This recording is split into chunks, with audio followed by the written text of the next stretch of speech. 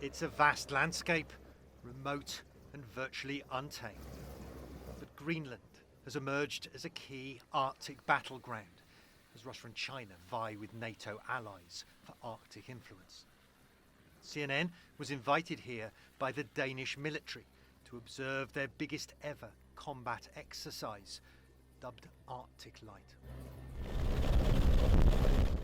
Much of Greenland, ruled by Denmark for 3 centuries, is a moonscape of jagged ice. A frozen desert, rich in resources the size of Alaska and California combined.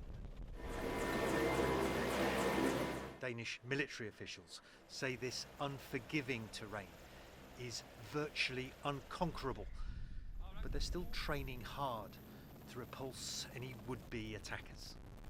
We are here to protect Greenland, and in order to protect Greenland we have to train, and because if you're not up here and conduct training, you're not able to defend Greenland. So that's what we're doing. And what are the security threats to Greenland? Who are you protecting it from? Yeah, against Russia. That is the main threat for Greenland. There's not a threat now, but there's a future threat. So we are looking into a threat when the war in Ukraine is over. But such a remote danger begs the question why Denmark is ramping up military spending right now to the tune of billions of dollars and pouring its limited resources into the Arctic.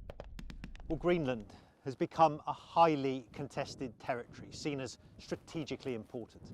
And Denmark has deployed its air force, its navy and its land assets here to show that it is in charge very much and is increasing its presence. Now, the purpose of this exercise is to deter countries like Russia and China, we're told by Danish military officials, which are increasingly active in the Arctic region. But the real message, the real target audience for all of this is in Washington and President Trump. We need Greenland for national security and even international security, and we're working with everybody involved to try and get it.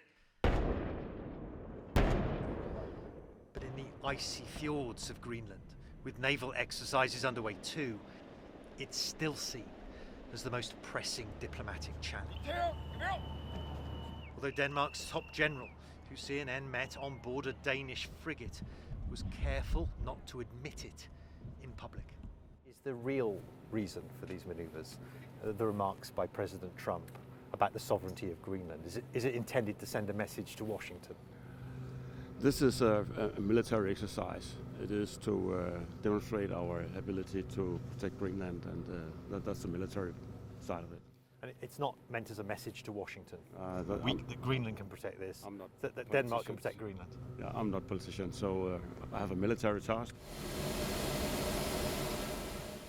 But as we flew out of Greenland, it was clear that military task carries a key Danish political goal. Not just to deter Moscow and Beijing from ever invading this vast Arctic expanse, but also to convince Washington there's no need to take Greenland as its own. Matthew Chance, CNN in Greenland.